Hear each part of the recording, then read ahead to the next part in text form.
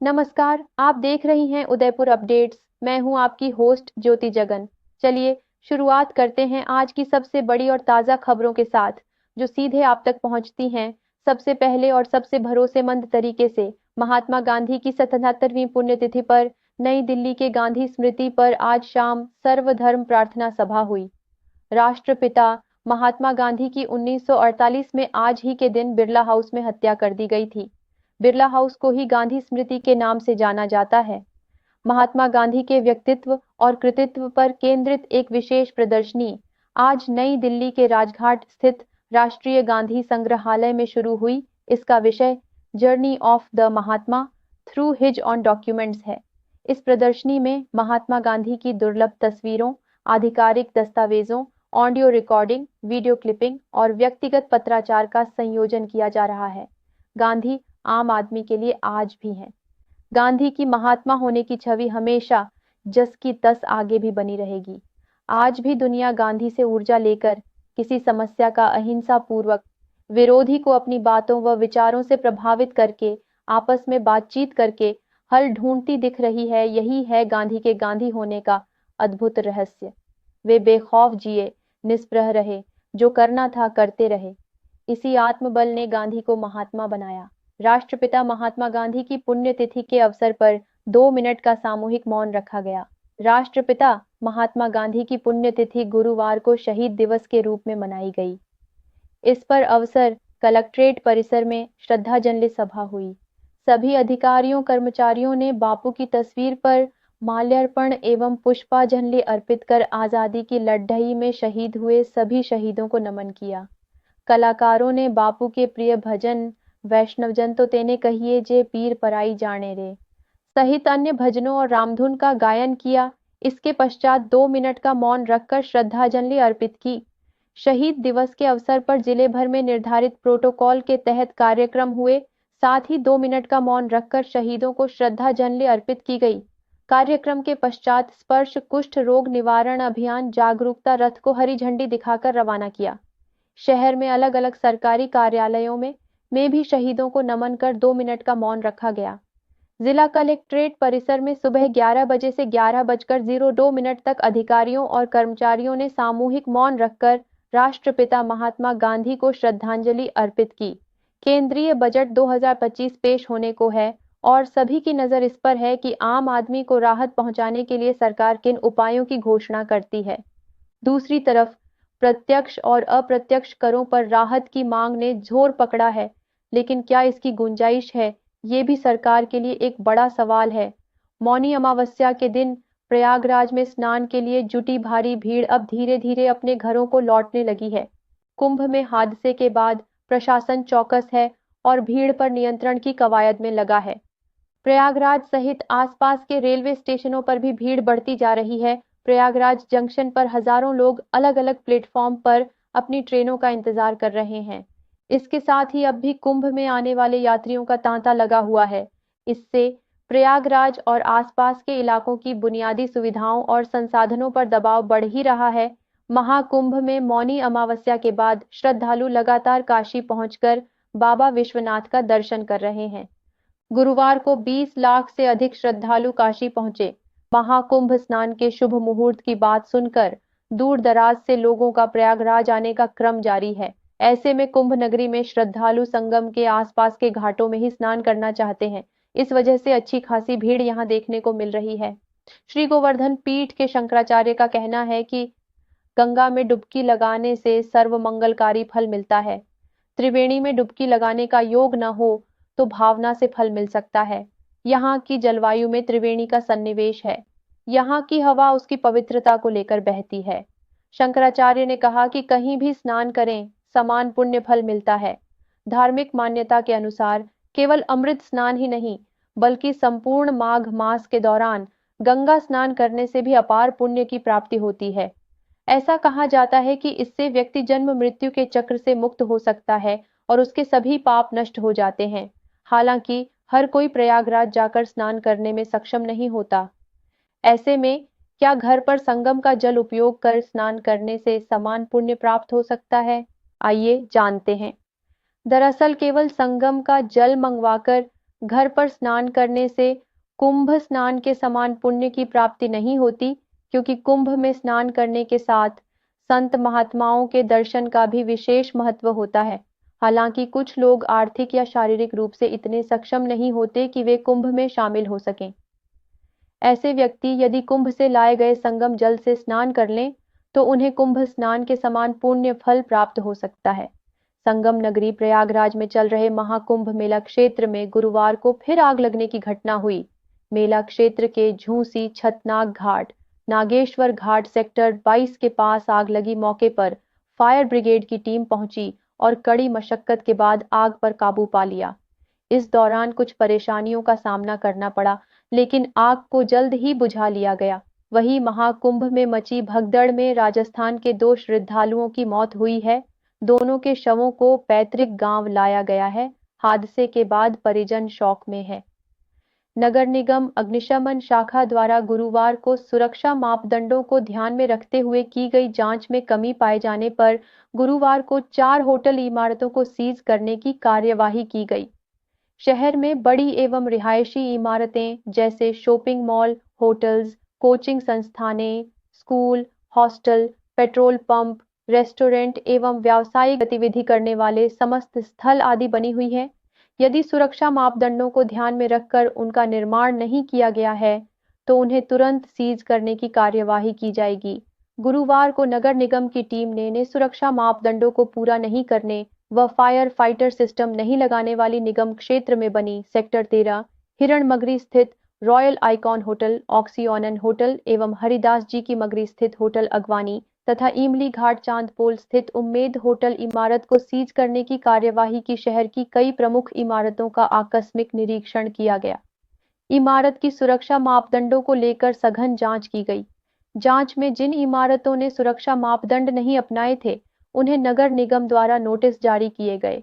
Notice मिलने के उपरांत भी सुरक्षा हेतु जारी निर्देश की पालना नहीं करने के कारण गुरुवार को नगर निगम अग्निशमन दल ने 4 होटल्स को सीज करने की कार्यवाही को अंजाम दिया। नगर निगम आयुक्त राम प्रकाश ने स्पष्ट किया है कि स्वायत्त शासन विभाग राज्य सरकार व नेशनल बिल्डिंग कोड 2016 के तहत लाइफ एंड सेफ्टी के तहत जनहित एवं सुरक्षा की दृष्टि से शहर में निर्मित होटल, रेस्टोरेंट एवं अन्य व्यावसायिक व गैर व्यावसायिक इमारत में सुरक्षा मापदंडों को लेकर आकस्मिक जांच की जाएगी। जांच में किसी भी तरह की लापरवाही बर्दाश्त नहीं की जाएगी। यदि किसी इमारत में सुरक्षा को लेकर कुछ कमी है, तो वह उस कमी को पूरा कर सुरक्षा व्यवस्था पुख्ता करें। साथ ही नगर निगम अग्निशमन शाखा से एनओसी प्रमाण पत्र अवश्य प्राप्त करें। उदयपुर में एक होटल के सील प्रकरण में राहत की खबर सामने आई है। होटल व्यवसायियों के प्रयासों से होटल मालिक को बड़ी राहत मिली है। अमेरिका में वाशिंगटन डीसी के पास अमेरिकन एयरलाइंस का एक विमान बीच आकाश में ही एक ब्लैक हॉक हेलीकॉप्टर से टकरा गया। इस विमान में 64 लोग सवार थे। इसमें 60 यात्री हैं और चालक दल के 4 सदस्य हैं। अब तक 30 लोगों के शव बरामद किए जा चुके हैं। बॉम्बेडियर कंपनी का ये सीआरजे 700 विमान कैंसस से वॉशिंगटन की ओर जा रहा था। टक्कर के बाद विमान हवा में ही 2 हिस्सों में टूटकर पोटोमैक नदी में गिर गया।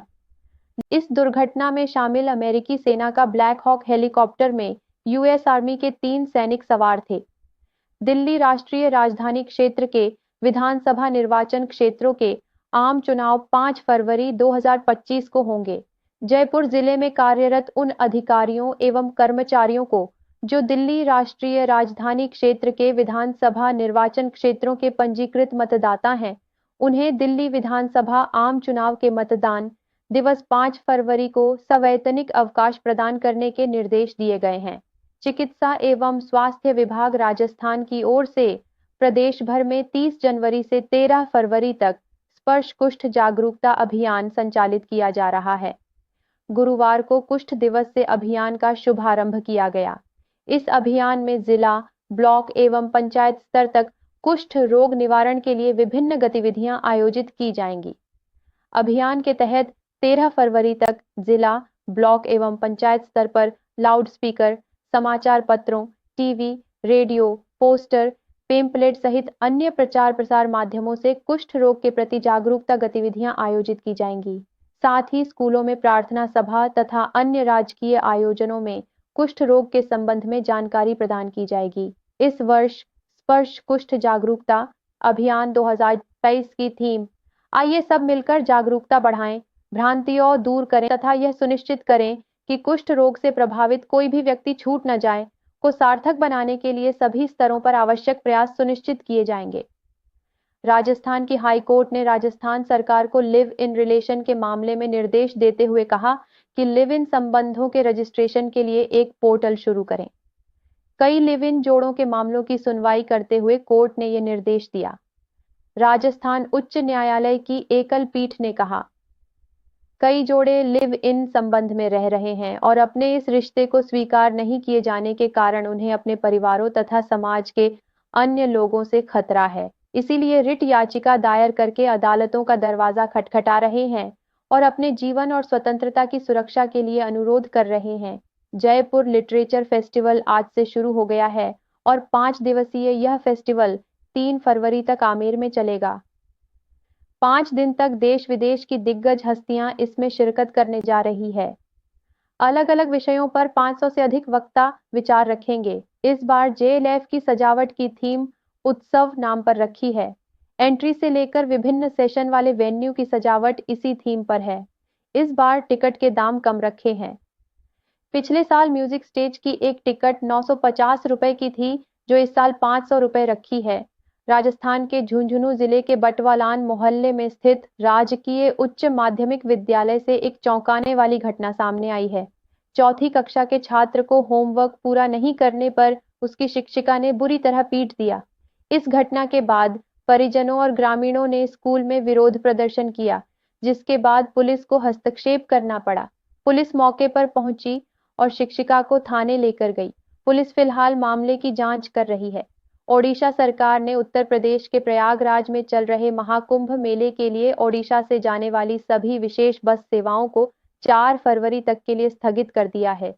प्रयागराज में श्रद्धालुओं की भारी भीड़ के कारण किसी भी अप्रिय घटना से बचने के लिए यह निर्णय लिया गया है। ओडिशा राज्य सड़क परिवहन निगम द्वारा संचालित 8 बसें इस महीने की 12 तारीख से 26 फरवरी तक ओडिशा से प्रयागराज के लिए चलाई जा रही थीं। महाकुंभ में माला बेचते हुए वायरल होने वाली मोनालिसा जल्द ही फिल्म में नजर आएंगी। इसके लिए राइटर डायरेक्टर सनोज मिश्रा ने the diary of Manipur film बनाने के लिए साइन कर लिया है। फिल्म में मोनालिसा मेन लीड में आर्मी मैन की बेटी का रोल करेंगी। इस फिल्म में मणिपुर हिंसा के बीच लव स्टोरी स्ट्रगल को दिखाया जाएगा। इस फिल्म की शूटिंग फरवरी में शुरू होगी और अक्टूबर में इसे रिलीज करने की तैयारी है। फिल्म के बाकी कलाकारों का चयन किया जा रहा है। भारतीय वायुसेना में अग्निपथ योजना के तहत अग्निवीर वायु भर्ती 0-2026 के लिए ऑनलाइन पंजीकरण 07 जनवरी से शुरू हुआ था, जिसकी अंतिम तिथि अब बढ़ाकर 02 फरवरी 2025 कर दी गई है। इच्छुक अविवाहित पुरुष और महिलाएं भारतीय वायुसेना की आधिकारिक वेबसाइट https://cte.pathwayu से भर्ती से संबंधित सभी नियमों की विस्तृत जानकारी प्राप्त कर सकते हैं। भारत के किदाम्बी श्रीकांत बैंकॉक में थाईलैंड मास्टर्स बैडमिंटन टूर्नामेंट में पुरुष सिंगल्स के क्वार्टर फाइनल में पहुंच गए हैं। विश्व चैंपियनशिप के पदक विजेता श्रीकांत ने हांगकांग के जेसन गुनावान को सीधे सेटों में 21-19, 21-15 से हराया। बॉम्बे स्टॉक एक्सचेंज का सेंसेक्स आज 227 अंक बढ़कर 76,760 पर बंद हुआ। उधर नेशनल स्टॉक एक्सचेंज का निफ्टी 50 86 अंक बढ़कर 23,239 दर्ज हुआ। मौसम चिल्लई कलान वह समय होता है जब कश्मीर में सबसे ज्यादा ठंड पड़ती है। यह समय 40 दिन का होता है। इस बार पारा 0 से 8.5 डिग्री सेल्सियस नीचे चला गया, जिससे ठंड का 50 साल पुराना रिकॉर्ड टूट गया। कश्मीर में सर्दियों का सबसे कठोर समय माना जाने वाला 40 दिवसीय चिल्लई कलां समाप्त हो चुका है। गुरुवार के दिन यहां मौसम साफ रहा और धूप निकली रही। इस अवधि के दौरान बर्फबारी नहीं हुई और जनवरी में बहुत कम वर्षा हुई। वहीं प्रदेश में मौसम शुष्क रहा और उदयपुर में कल का तापमान रहा अधिकतम 27 डिग्री सेल्सियस और न्यूनतम 12 डिग्री सेल्सियस। तो आज की तमाम खबरें यहीं तक देखते रहिए उदयपुर अपडेट्स, ताकि आपको मिले हर खबर का असली और पूरा विश्लेषण। मैं हूं आपकी होस्ट और अब आपसे लेती हूं इजाजत। बने रहिए हमारे साथ। अगले बुलेटिन में फिर मुलाकात होगी। तब तक के लिए नमस्कार।